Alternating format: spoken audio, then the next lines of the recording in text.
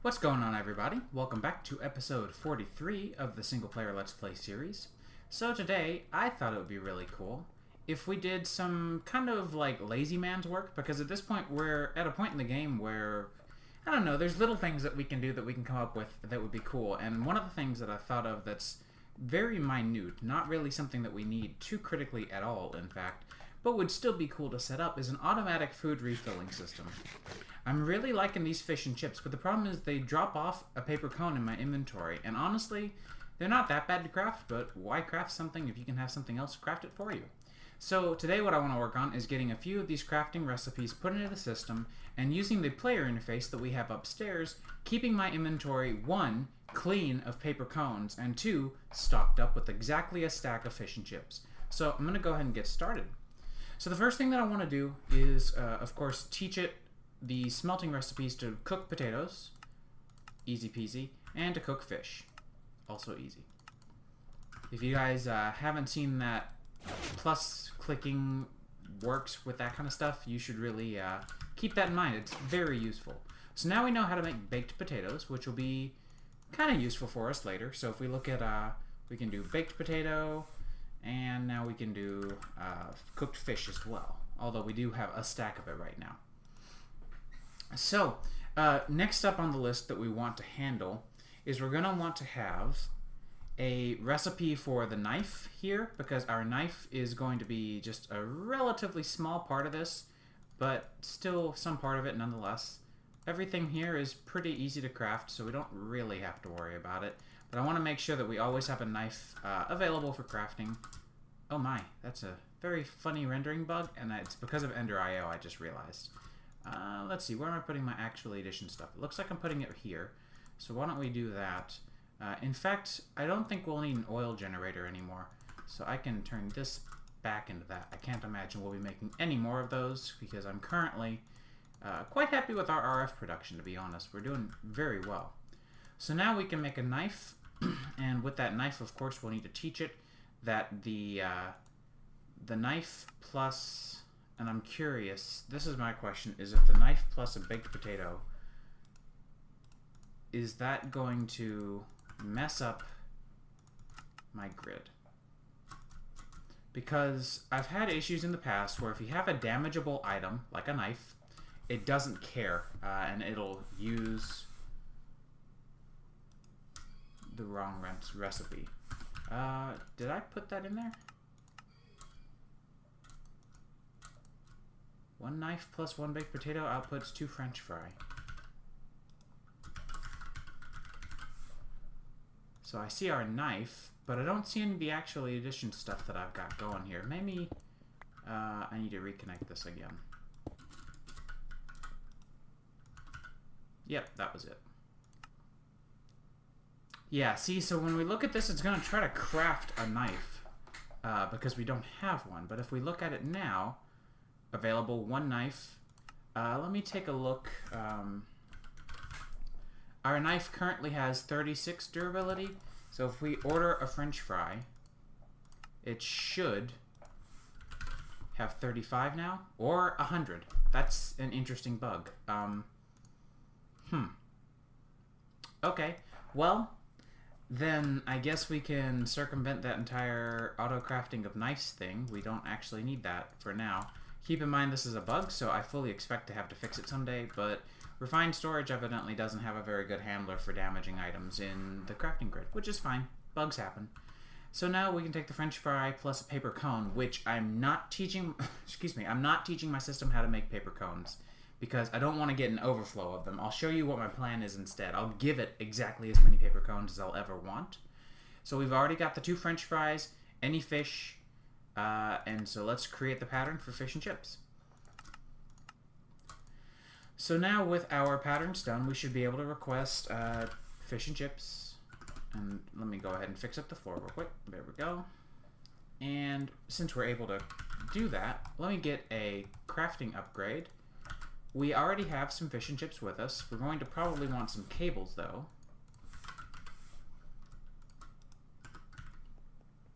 And what we can do is, there's a few ways of doing this actually, and I can use let me see here. I can use extra utilities. Has something called like the player chest. We can try this. I don't really think it's going to work as well as I want it to. The player interface we already have, and it works pretty well from what I was testing with, so I think we should just stick with it, to be completely honest. So the problem is that the location of our player interface isn't exactly what I would call convenient, so why don't we take it down and relocate it. That way it's somewhere that's actually convenient and maybe not the best location as far as like constantly sending us our signal, but at least is possibly more convenient to us. So what about if we did it in here? Because I should have a refined storage network signal over here. And we can set this up. This isn't something that we need to see or really mess with all that often unless we for some reason decide later down the road to change certain aspects here. So let me see. This is our main power line. So this is the power line that is not affected by the status of the redstone signal over there. So why don't we break it off here? Like I said, the setup is not very large, so we can do it, in fact, right here would be fine. And if I'm going to kind of try to clean this, fill this in a little bit to keep it clean looking, because I like cleanliness. It's kind of an important thing to me. So let me get out my CAD so that I can cast a piece of light in here. And we're going to want to get ourselves some conduit. Not very much. We're just going to put this probably right here. And because we're going to need our phantom boosters, we'll put these here, here, and here with the player interface here. Player interface is bound to me, so this is the way this is going to work. It's pretty cool, actually. Very simple setup, if you ask me. So what we can do is, and in fact, I would probably prefer for this to be underground. So let me get some more conduits because it would be more convenient to have the ability to kind of reach around here. So let me, oh wait, no, I wanted these. Put these down here like that. Perfect. Now we have the sides more easily accessible. So step one is we want to have a way of getting ourselves just any sort of item in the first place. So with a crafting upgrade in this slot, if we have the interface export set to export, say, 64 fish and chips, right now it's failing. Right now it's not working because it doesn't have any paper cones. It doesn't know how to make anything without paper cones. But you notice as soon as I gave it paper cones, boom, filled up. Paper cones are gone. We don't have to worry about making more paper cones because we get them back. They're a renewable resource. So now what we can do is on an item filter, we can put in, and this is the extra utilities item filter, we can put in fish and chips because that's all we want going in. We can put a transfer node down with the transfer filter, and the filter we will say single stack fish and chips. And by doing this, as soon as I put this down, you'll notice my inventory just filled up with exactly 64 fish and chips. Now, the downside is if I move this around, it's going to have a few problems, but it's not really the biggest deal. Now, the last thing that I want to do is this. I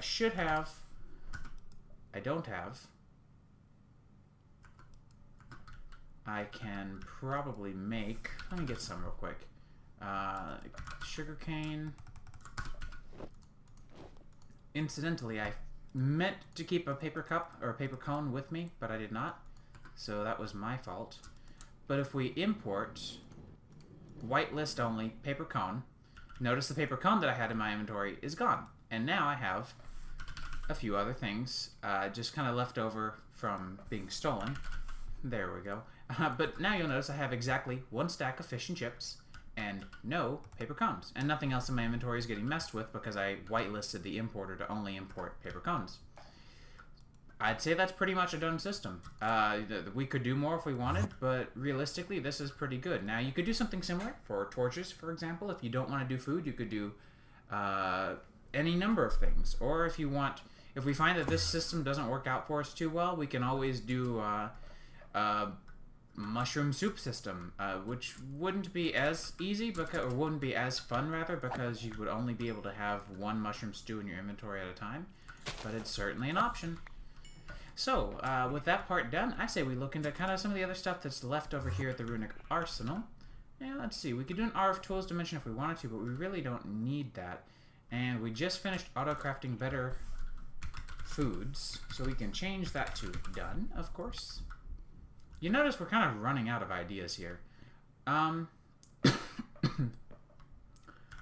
What don't we look into doing the forestry bees? Why don't we do that finally?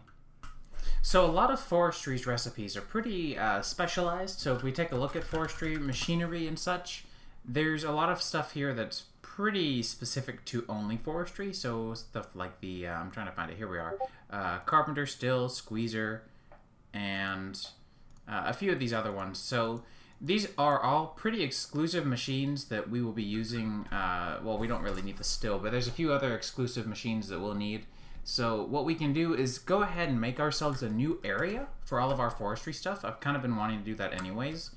And go ahead and make a new little area. I actually kind of like this area over here quite a lot. So we might set up an apiary over here, and then we can do some cool stuff with, well, heck, I don't know. We can do some wireless machine, or wireless power over here to the machines, and a few other things. So let me get a, ooh, sorry, I forget, it's the speedy sprint effect of the wings is something I'm not very used to. Let me go ahead and get something outlined here, though, and I'll be back when it's all done. So I've actually gone off on quite a tangent here. I built us an apiary. There's nothing inside it yet, but as you can see, everything is at least built up. There's many different rooms for a variety of different breeds of bee. So I'm looking forward to populating this with a few bee houses at first and then more stuff later. But I've actually changed some stuff around in the house, and I'm still in the middle of it, but I wanted to show you guys at least a part of it that I'm doing right now. Everything upstairs is pretty much gone. I've still got to fix a few spots from the hardened clay tiles. I have, and I'll show you, I've got no facades. I have moved everything to a new room that I made downstairs. What do you think? So we still have the other areas, but this one area that was originally just for the armor stand is now broken down into machines on the left and right, a capacitor bank, and then our controller is actually now right here in the center. So one of the things that I want to do in regards to this is I want to change up some of our just kind of miscellaneous power cable management, because we have a pretty, I don't know, like our cabling and whatnot setup is kind of a mess. So I want to make 2 power cells and 2 power cell link cards, because I want to make a new unique ID. And this unique ID is just going to be specifically for, basically we'll receive power here and we'll send power downstairs. So I'm going to go ahead and set it all up, because it's not going to be a quick or easy process, but we'll go ahead and do it, and I'll be back whenever everything is done, and we'll get started on some bee stuff for real. Alright, so all of that new management stuff is done and put in place. So why don't we get started with some of our bee stuff, huh? We can go ahead and start by moving this stuff out of the way, and we can bring this over to the apiary now. So we can put our modular storage and our work table here, and I haven't got any power set up yet, but we don't really need it here yet either. One of the things that I do want to do is make a few more bee houses. We've already got 4, I think, from some of the various apiaries that we've visited at the villages, but I wouldn't mind going ahead and getting a few more. It definitely seems like that would be a wise choice. So looking into some of the potential things that we can create with our bees even, it's kind of one of those things that I'm just doing to do at this point, because I don't want to be exclusive of forestry, and it's just one of those mods we haven't really used a lot, but I always like to have it. But one of the things that I've realized is that, quite frankly, there's not really a lot that we need from bees. So what I think I'm going to do is just make it a challenge of my own, set by myself, to kind of go and get a alveary, because I have not done that in a very long time. So if we take a look at our mini-map, to take a look here at the comb that I made, we're going to want 4, 8, 12, 16, 20, 24 of these. And, well, that only got us 22.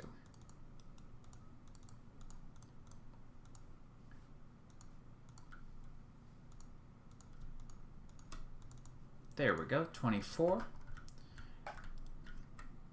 And we can go ahead and put these down here. So I've replaced all the floors with lime hardened clay. I just prefer the look of it. I like it better when the apiary, like the apiary building that I'm in, is not overgrown with just a ridiculous amount of flowers. So I think it would be nicer to... I actually made 4 more of these than I wanted because I don't want any in the center. That was my fault. Whoops. Well, we can just put these here. No big deal. But a few of the things that, let's see, where was I? Oh, there's lime hardened clay to kind of resemble grass, but then there's an actual grass block in the middle for flowers, because each one of these is going to require a flower of some kind. So we can get some flowers, but there's not really a whole lot of them that we need or that we can really vary with. We can do poppies, I believe, and if I get the dragon egg, I can actually use it for some ender bees. Not that we really need ender bees, but I mean, at this point, there's no point in not doing anything with the ender bees. We're kind of at a point where we're just doing this for fun. So the ender bees have a requirement, I think, of possibly colder weather, but I'm really hoping that they don't mind it here. They definitely seem to be happy. And these bees will hurt you anytime you're near, so that kind of sucks, but that's just how it goes. And so for all of these other apiaries, we can give them just plain old flowers. I totally realized that I could be using the the dragon egg here for, what am I thinking? Grid power. But I don't really feel like kind of cheesing the power there. I kind of feel like it's a very cheap way of making a whole lot of grid power, and I think we already have more than we're going to use, especially because I'm not flying with an angel ring anymore. So, you know, just kind of thinking that might be where we want to go. So, I hate to say it, but I'm probably going to have to cut the episode here. I've been very busy with school lately, trying to keep up with everything, and what I'm going to do, though, is in between episodes, I'm going to work very, very hard at acquiring everything that I need from my bees here. So you'll see if I can, if I take my bee smoker, if you've never done forestry bees before, I strongly suggest it. If I take my bee smoker, and let me just take out some of these mobs, I can, and you as well, I can relax the bees and calm them down to keep them from, like, trying to kill me. And then I can break well, if this guy would move, and then I can break the hive without being completely, like, utterly destroyed by the bees. I have a few of these hives around, so I'm going to work pretty hard to keep them crossbred, or keep my bees crossbred, because I would love to get some, by the next episode, love to have some of the top-end bees. We actually just got a Valiant Princess, too, which is ridiculously cool. Those things, essentially, when you have them, they'll do a ridiculous amount of production of some things like cocoa combs, sugar rather, and the heroic bees produce just a ton of these cocoa combs. So essentially the bees are really just best for getting some kind of strange bare resources that we don't really particularly need, but it's worth doing anyways, just for fun, just to say that we've done it. So like I said, I'm gonna call the episode here. I apologize that it's a short one, but I hope you guys enjoyed it. The new upgrades to the house were kind of, it started as, you know, maybe I'll look into building a smaller house or a small room, and then it ended up into, oh man, I've finished it already. I'm noticing a substantial amount of Endermen around too. Interesting. But yeah, oh, and I've been forgetting to fix that still, so I will fix that off camera. And like I said, sorry for a short one, but I hope you guys enjoyed it, and I'll catch you guys next time.